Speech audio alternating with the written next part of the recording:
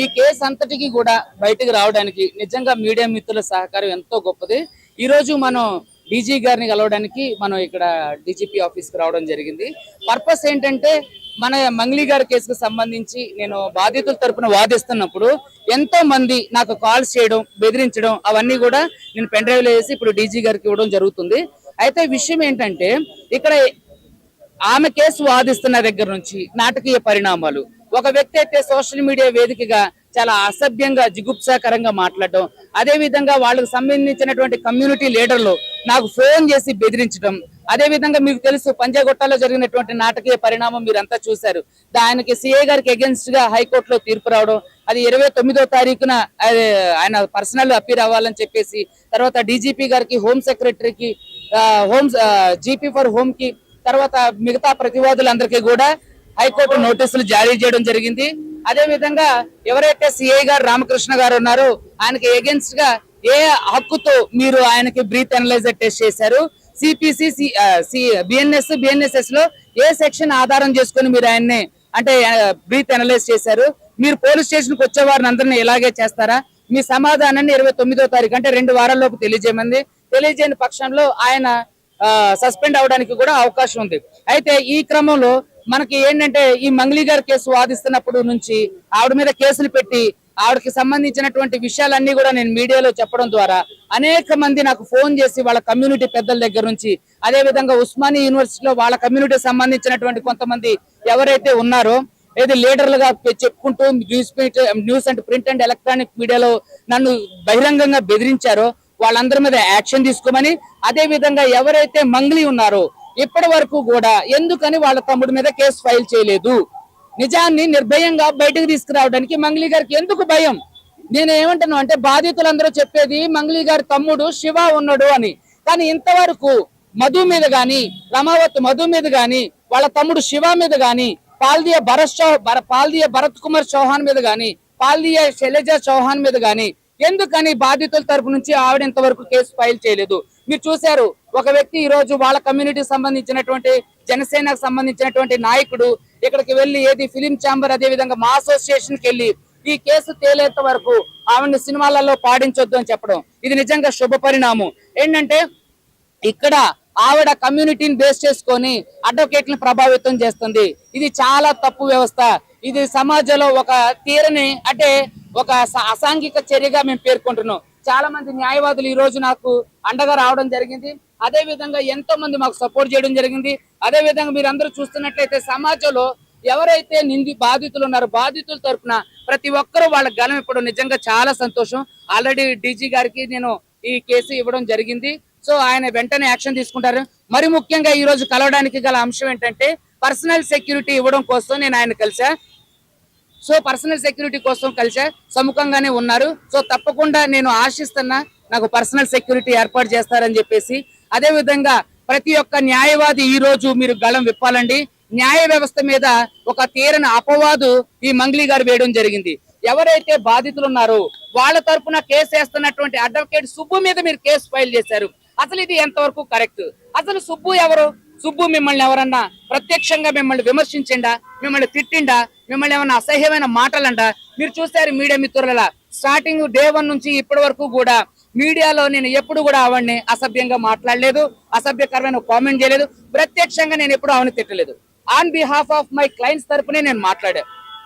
నా క్లయింట్స్ ఇది చెప్పారు, నా క్లయింట్స్ అది చెప్పారు, నా క్లయింట్స్ ఈ ఆధారాలు ఇచ్చారు, నా క్లయింట్స్ ఈ ఆధారాలు ఇచ్చారని. అదే విధంగా మొదట్లో మంగ్లీ గారు అసలు నాకు రమావత్ మధు ఎవరో తెలియదు అన్నారు. తర్వాత చూస్తే ప్రైవేట్ ఫంక్షన్స్ లో, బర్త్డే ఫంక్షన్స్ లో, ఆమె చేస్తున్నటువంటి పాటలకు సంబంధించినటువంటి ఫంక్షన్స్ లో ఆయన తరచూ కనపడుతూనే ఉన్నారు. తర్వాత మా బంజారా బిడ్డ మేము ఆయన ఆదరించామన్నారు. సో ఇవన్నీ కూడా ఏంటి అని అంటే ఇవన్నీ మభ్యపెట్టేవి. సో దయచేసి మంగ్లీ గారికి ఒకటే విజ్ఞప్తి చేస్తున్నా, వీరందరి మీద కూడా మీరు కేసులు ఫైల్ చేయండి. అడ్వకేట్ సుబ్బుని మీద చేస్తే రేపొద్దున న్యాయ వ్యవస్థ ప్రభావితం అయ్యే అవకాశం ఉంది. ఇది నిజంగా తీరని అన్యాయం.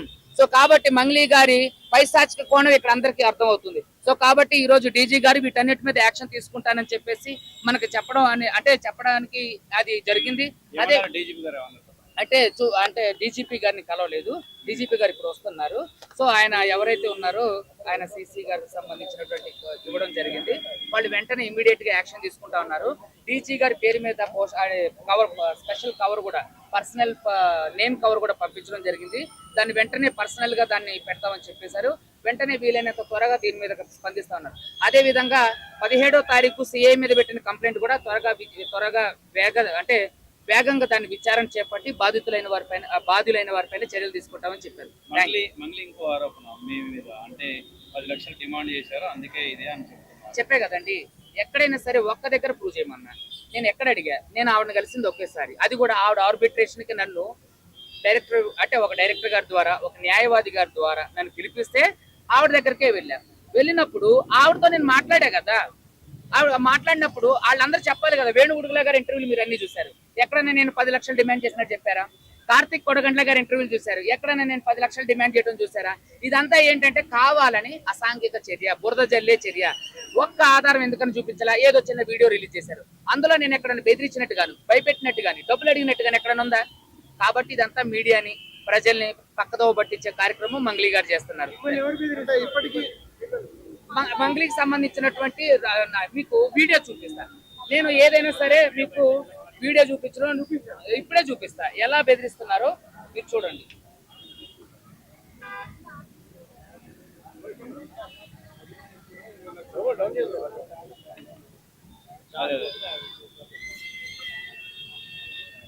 మదనాయక్ కూడా మిమ్మల్ని 20 లక్షలు డిమాండ్ చేశారు అంటున్నారు కదా. చూపించాలి కదా. ఈ కేసు నుంచి తప్పుకోమని మంగ్లీ గారు ప్రత్యక్షంగా బెదిరించారు. వాళ్ళ తమ్ముడు కేసేయమని ప్రత్యక్షంగా బెదిరించారు. సాధు అతను కదా, డైరీ న్యూస్ యాంకర్ ఉంది కదా, సాధు అతని పేరు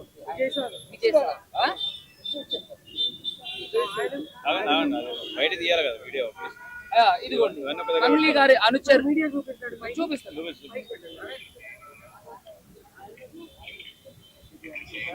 నన్ను డైరెక్ట్ గా వాళ్ళు బెదిరిస్తున్నటువంటి వీడియో చూడండి మీరందరూ.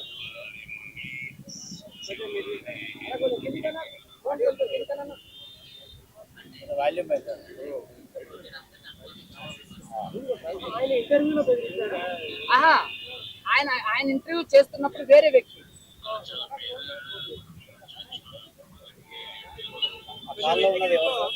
మంగ్లీ అనుచరుడు. ఆయన ఫోన్ నెంబర్ కూడా నేను మీకు చెప్తా. ఇది మీరు చూస్తున్నారు కదా. మంగ్లీ అనుచరుడు నాకు ఫోన్ చేసి నువ్వెవడ్రా చేయడానికి, అంటే నువ్వెవరు అని అంటే అతని పేరు చెప్పడానికి, కానీ నేను బిజినెస్ చేస్తా అంటే నువ్వేం బిజినెస్ చేస్తావు అంటే కూడా ఆయన బిజినెస్ కి సంబంధించి వివరం చెప్పకపోగా ఇందులో మంగ్లీకి సంబంధం లేదు. మంగ్లీ నువ్వెందుకు తీసుకొస్తావు అంటే నేనన్నా, అసలు నువ్వెవడో మంగ్లీకి సంబంధం లేదంటానికి నువ్వు కోర్టా పోలీసా? ఇట్లా బెదిరించడమే కాకపోకుండా మీకు ఇంకొక విషయం కూడా చెప్తా. మమ్మల్ని చంపడానికి ఎంతో మంది వ్యక్తులు ఇక్కడ రావడం కూడా జరిగింది. హిమకాంత్ రెడ్డి నిందితుడు కాదు, బాధితుడు. ఆయన డే 1 రోజు నుంచి కూడా ఇప్పటి వరకు కూడా అది EOW లో ఉంది కాబట్టి ఖచ్చితంగా ఆ విషయాలు తేలితే అతనికి సంబంధించిన బ్యాంక్ ట్రాన్సాక్షన్స్ కానీ, అతనికి సంబంధించినటువంటి ఏ ఒక్క ఆధారం కూడా వాళ్ళ దగ్గర లేదు. ఎవరైతే మధు ఉన్నాడో, హిమకాంత్ రెడ్డి ఉన్నాడో అతను కూడా ఒక ఏజెంట్, డబ్బులు కలెక్ట్ చేసిన ఏజెంట్ కాబట్టే తను వచ్చి అతను కూడా విచారణకు అందుబాటులో లేడంటే తను అంటే మామూలుగా నాకు తెలిసి పారిపోయి ఉండొచ్చు, అంటే వెళ్ళిపోయి ఉండొచ్చు. కోర్టులో బెయిల్ వేసిన తర్వాత అతను మీడియా ముందుకు రావడానికి అవకాశం ఉంది. కానీ ఎక్కడుండో కూడా మనకు తెలీదు. లేదండి, మనకి అతను టచ్ లో లేడు. ఎందుకంటే ఇగో చూడండి మీకు హిమకాంత్ రెడ్డి, ఆయన మధు కావచ్చు, వీళ్ళు సత్యనారాయణ చౌదరి కావచ్చు, ఇగో చూడండి మమ్మల్ని ఎవరైతే మంగ్లీ అనుచరులు ఉన్నారో చూపిస్తున్నా. మంగ్లీ అనుచరులు ఉన్నారో వాళ్ళు ఎలా మమ్మల్ని వెంబడిస్తున్నారో, ఎలా అడిగితే వివరాలు అడిగితే పారిపోతున్నారో మీకు చూపిస్తా.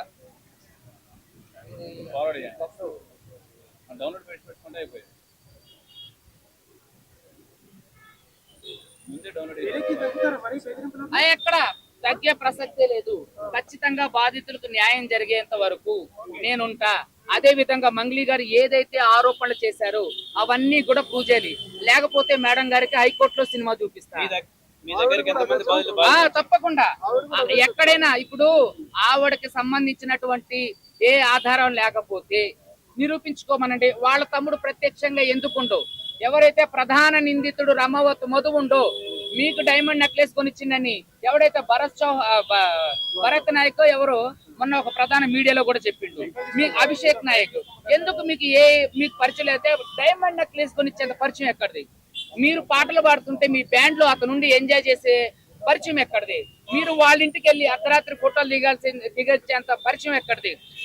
ఎవడైతే ప్రధాన నిందితుడు రమవత్ మధు, భరత్ చౌహాన్, శైలజ చౌహాన్ తో మీ తమ్ముడు ఎందుకు ట్రావెల్ చేసిండు? బాధితులతో మీ తమ్ముడు ఎందుకు ట్రావెల్ చేసిండు? గుళ్ళు గోపురాలు ఎందుకు తిరిగిండు? వాళ్ళతో చాటింగ్లు ఎందుకు చేసిండు? వాళ్ళతో డబ్బులు పెట్టుబడి పెట్టండి, మంచి లాభాలు వస్తాయి ఎందుకు చెప్పిండు? చెప్పండి. మీ తమ్ముడితో ప్రెస్ మీట్ పెట్టించండి తమ్ముంటే. నేను బహిరంగ సవాలు ఎన్నోసార్లు వేసా, ఈ రోజు కూడా బహిరంగ సవాలు వేస్తున్నా. మీ దగ్గర ఒక్క ఆధారం ఉన్నా తీసుకొని రండి. సుబ్బు బెదిరించిండటానికి కానీ, సుబ్బు డబ్బులు అడిగిండటానికి కానీ, హైకోర్టు అడ్వకేట్ ఇలా చేసిండటానికి కానీ, లేదంటే పలానోళ్ళు ఇన్ని డబ్బులు ఎట్లా చేశారు, మీరు నన్ను బెదిరించినటానికి, మనుషుల్ని పంపించారంటానికి చాలా ఆధారాలు ఉన్నాయి.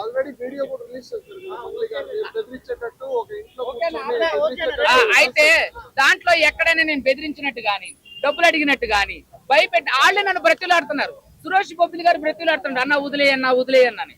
అంటే మీకు ఆ వీరందరూ చూస్తారు మీడియా మిత్రులు, అక్కడెక్కడైనా నేను బెదిరించి భయపెట్టినట్టు ఆ వీడియో రిలీజ్ చేసిన మంగళి గారి దగ్గర ఆధారాలు ఉంటే రిలీజ్ చేయాలి కదా. ఆ ఒక్క వీడియో రిలీజ్ చేసింది, మిగతా ఆధారాలు ఎందుకు రిలీజ్ చేయరా చెప్పమనండి. ఖచ్చితంగా ఆ రోజు మాత్రం పంజాగుట్ట సిఏ గారు అత్యుత్సాహం ప్రదర్శించారు. మీరే తెలుసు కదా, పోలీస్ బాస్ గారి దగ్గర ఇన్స్ట్రక్షన్స్ మరేవో తెలియదు కానీ మొత్తానికైతే జిగుప్సాకరంగా న్యాయవాద వ్యవస్థని అవమానపరిచే విధంగా ఆయన సీఏ గారు మాట్లాడిన తీరు చాలా జిగుప్సాకరంగా ఉంది. కాబట్టి హైకోర్టు ఆయన మీద చర్యలకు ఉపక్రమించింది. ఆయనకు పర్సనల్ నోటీస్ కూడా ఇవ్వడం జరిగింది. నాకు అంటే ఇక్కడ మనుషులు మమ్మల్ని వెంబడిస్తున్నారు. అదే విధంగా మాకు ఫోన్ కాల్స్ లో భయంకరమైన థ్రెట్ ఉంది కాబట్టి మాకు పోలీస్ ప్రొటెక్షన్ ఇవ్వమని చెప్పేసి అడిగినాం. మేము ఆ గౌరవ న్యాయ వ్యవస్థలో కూడా అడిగినప్పుడు మీరు ముందుగా వెళ్లి డీజీపీ గారిని కలవండి అని అన్నారు. సో కాబట్టి డీజీపీ గారిని ఈ రోజు కలవడం జరిగింది. ఆయన సానుకూలంగా స్పందించడానికి అవకాశం ఉంది. ఖచ్చితంగా న్యాయం మా వైపు ఉంది, ప్రజలు మా వైపు ఉన్నారు, అదే విధంగా బాధితులు మా వైపు ఉన్నారు. దాదాపు నా దగ్గర వచ్చిన వాళ్ళు 70-80 మంది ఉన్నారండి. 40 మంది క్రియాశీలకంగా వ్యవహరిస్తున్నారు. దాంట్లో ఒక 15 మంది 16 మంది మీడియా ముందుకు కూడా రావడం జరిగింది. మొదట్లో నేను 40-50 మందితో కూడా ప్రెస్ మీట్ పెట్టడం జరిగింది. మీరు అంతా చూశారు. అమాయకులు అందరూ కలిసి 70-80 మంది ఉన్నారండి. ఆవిడ నా దగ్గరకు వచ్చిన బాధితుల దగ్గర మోసం చేసింది అయితే ఏది మంగళి తమ్ముడు శివ, పరోక్షంగా మంగళి గారు, వాళ్ళ ఎవరైతే ఉన్నారో 9.5 నుంచి 10.5 కోట్లు. మీకు ఇంకొక విషయం చెప్తా, ఎవరెవరి దగ్గర ఎంతెంత ఈ ప్రధాన నిందితుడు మధు వసూలు చేసిండో అవన్నీ కూడా నా దగ్గర ఉన్నాయి. చూడండి, అది అడుగుతారు కానీ ఇదిగో చూడండి, ఇది రిమాండ్ రిపోర్టు. దీనికి సంబంధించి చూపిస్తా ఉండండి. ఇది రిమాండ్ రిపోర్ట్ అండి. దీంట్లో చూడండి, ఏజెంట్ల ద్వారా 4 కోట్లు, 8 కోట్లు. ఇదిగో చూడండి, 4 కోట్ల నుంచి 7 కోట్ల నుంచి 10 కోట్ల నుంచి మొత్తం 89 కోట్లకు వచ్చింది లెక్క. ఇది ఓన్లీ ఏది వట్టిపల్లి తాండ, వద్దిపట్ల తాండ, పలుగు తాండ, పిఏపల్లి, పెద్దాడిషర్లపల్లి, మల్లేపల్లి, దేవరకొండ, నల్గొండ వాళ్ళు, కేవలం వాళ్ళు మాత్రమే 89 కోట్ల వరకు మోసపోయారు. అందులో 80% గిరిజనులే ఉన్నారు. 80% పైన గిరిజనులు ఉన్నారు. మంగ్లీ గారు ఎవరైతే ఉన్నారు, మరి నేను బంజారా బిడ్డని, నేను ఆ బిడ్డని, నేను అమ్మాయిని, నా కుటుంబాన్ని తీసుకురావద్దన్నారు. మరి ఆవిడ బంజారా కార్డు యూజ్ చేసుకొని ఎంతో మంది బంజారా ఎవరైతే ఉన్నారో వాళ్ళనే మోసం చేయడం జరిగింది. అదే విధంగా ఈవిడ మంగ్లీ గారు బంజారాని కొంతమందిని ఎగేసుకుంటూ వాళ్ళ మీద ప్రెస్ మీట్ పెట్టడం జరిగింది. మరి అయ్యా బంజారా పెద్దలారా, బంజారా తరపున వచ్చినటువంటి ఉస్మానియా యూనివర్సిటీ ఎవరైతే కొంతమంది విద్యార్థులు ఉన్నారో నేను మిమ్మల్ని సూటిగా ప్రశ్న వేస్తున్నా, మీకు దమ్ముంటే వాళ్ళందరి తరపున మరి ఎవరు మాట్లాడతారు? ఎవరు బాధితుల తరపున మాట్లాడతారు? వాళ్ళు 80% మంది ఉన్నారు. ఈవిడ సెలబ్రిటీ అనేసరికి ఓ పొలోమంటూ ఉరుకొచ్చేసారు కదా. మరి మీ బంజారా బిడ్డలే 80% ఉన్నారు. వాళ్ళ తరపున మీకు దమ్ముంటే నిలబడి వాళ్ళకి న్యాయం చేయండి. వాళ్ళ తరపున మీరు మాట్లాడండి, పోరండి. ఇవాళ కూడా ఎన్నో కాల్స్, సార్ మేము ఇంత మోసపోయిన ఆటో డ్రైవర్లు, ఆశా వర్కర్లు, కూలికి వెళ్లే వాళ్ళు ఉన్నారండి. దయచేసి నేను ఒకటే చెప్తున్నా, మంగ్లీ గారికి దీంట్లో సంబంధం లేదనుకుందాం. మంగ్లీ గారు కూర్చోబెట్టి మాట్లాడి సెటిల్ చేయడానికి ఆవిడకు ఒక్క క్షణం పని కాదు ఇది. ఏమంటే నేను అమ్మాయి పేరు ఎప్పుడు తీయలేదు. నేను వేరే ఒక ఇంటర్వ్యూలో సరదాగా చెప్పిన సందర్భాన్ని అప్రస్తుతమైనటువంటి ఈ అంశానికి జోడించారు కదా. ఇప్పుడు నేను ఎప్పుడన్నా మంగ్లీ గారితో నాకు పలానా వాళ్ళు అంటే క్రష్ అని, అవునండి క్రష్ అనేది ఏమైనా భూత లేదా క్రష్ అనేది ఏమన్నా అసహ్యమైన పదమా? ఇప్పుడు చాలా మంది హీరోయిన్లు క్రష్ ఉంటారు, అది తప్ప? అయితే ఏమన్నా నేను మంగ్లీ గారితో ఏమైనా చెప్పానా? అసలు ఆ డిస్కషన్ జరిగిందా? మీరు మంగ్లీ గారిని అడగాల. ఇవన్నీ డైవర్షన్ పాలిటిక్స్ లాగా, డైవర్షన్ మీడియా అటెన్షన్ గ్రాప్ చేయడానికి, తప్పించడానికి, ప్రజల అటెన్షన్ తప్పించడానికి ఇలా మంగ్లీ గారు రోజుకొక ఎత్తుగడలు వేస్తున్నారు. ఈ రోజు కూడా మీకు ఒక వీడియో చూపిస్తా. ప్రధాన నిందితుడు రమావతు మధు మీతో పాటు మీ బ్యాండ్ లో ఏం చేస్తుండు? రమావతు మధు ఇది కూడా నేనే మీడియాకి రిలీజ్ చేయడం జరిగింది. రమావతు మధు ఉంటాడు చూడండి. అవును, ఎక్కడ నాకు అసలు తెలియదండి. ఫస్ట్ లో ఆడెవడో నాకు తెలియదండి. మరి ఇతను మీతో ఎందుకుండు? మీకు డైమండ్ నెక్లెస్ ఎందుకు ఇచ్చిండు? మీ అకౌంట్ కి మనీ ట్రాన్సాక్షన్ జరిగిందని చెప్పి ఒక వార్త వస్తుంది, అది కూడా త్వరలో ప్రూవ్ చేస్తా. ఇన్ని ఆధారాలు చూపిస్తాను నేను. మరి ఎందుకని మంగ్లీ గారు ఒక్క ఆధారం కూడా చూపించట్లేదు? ఏదో ఒక చిన్న క్లిప్ రిలీజ్ చేసింది, దాంట్లో ఏముంది మంగ్లీ గారు? నేను మిమ్మల్ని సూటిగా ప్రశ్నిస్తున్నా. దాంట్లో నేను మిమ్మల్ని డబ్బులు అడిగానా? మిమ్మల్ని బెదిరించానా? ఈ ఎపిసోడ్ లో ఒక్కరిని అరెస్ట్ చేశారు. ఎందుకంటే పోలీసులు ఈఓడబ్ల్యూ పోలీసులు సరిగా యాక్షన్ తీసుకోవట్లేరా? అసలు విచారణ చేయట్లేరా? అయ్యో, ఈఓడబ్ల్యూ పోలీసులు దీంట్లో నిజంగా ఉన్నతమైన విచారణ జరిపించాలి. ఇక్కడ వరకు కూడా ఈఓడబ్ల్యూ డీసీపీ గారు ఒక ఇంటర్వ్యూలో చెప్పడం జరిగింది, ఇంతవరకు మంగ్లీ గారు ప్రమేయం ఆడు మంగ్లీ స్క్రిప్టెడ్ లో ఒక భాగం, ఆడు అరెస్ట్ అవడం కూడా ఒక భాగం. వాడు ఇంతవరకు బయటికి రానోడు ఇప్పుడు ఎలా బయటకు వచ్చిండు? ఒక ఛానల్ కి ఎందుకు రిలీజ్ చేసిండు? మీరందరూ ఇప్పుడు నేను పిలిస్తే మీడియా మిత్రులు అందరూ వచ్చారు, అలాగే వాడు పిలిస్తే మీరు వెళ్ళరా? ప్రధాన మీడియాల ముందు ఎందుకు మాట్లాడలేదు? దొంగతనంగా రిలీజ్ ఎందుకు చేయాలి? అదే విధంగా ఒక రూమ్ లోనే ఉండి ఒక ఛానల్ కి ఎందుకు వీళ్ళు ఇంటర్వ్యూ ఇవ్వాలి? సో ఇవన్నీ ప్రజలంతా గమనిస్తున్నారు. ఇదంతా ఒక ప్రీ ప్లాంట్ కుట్ర, బాధితులకు న్యాయం జరగాలి.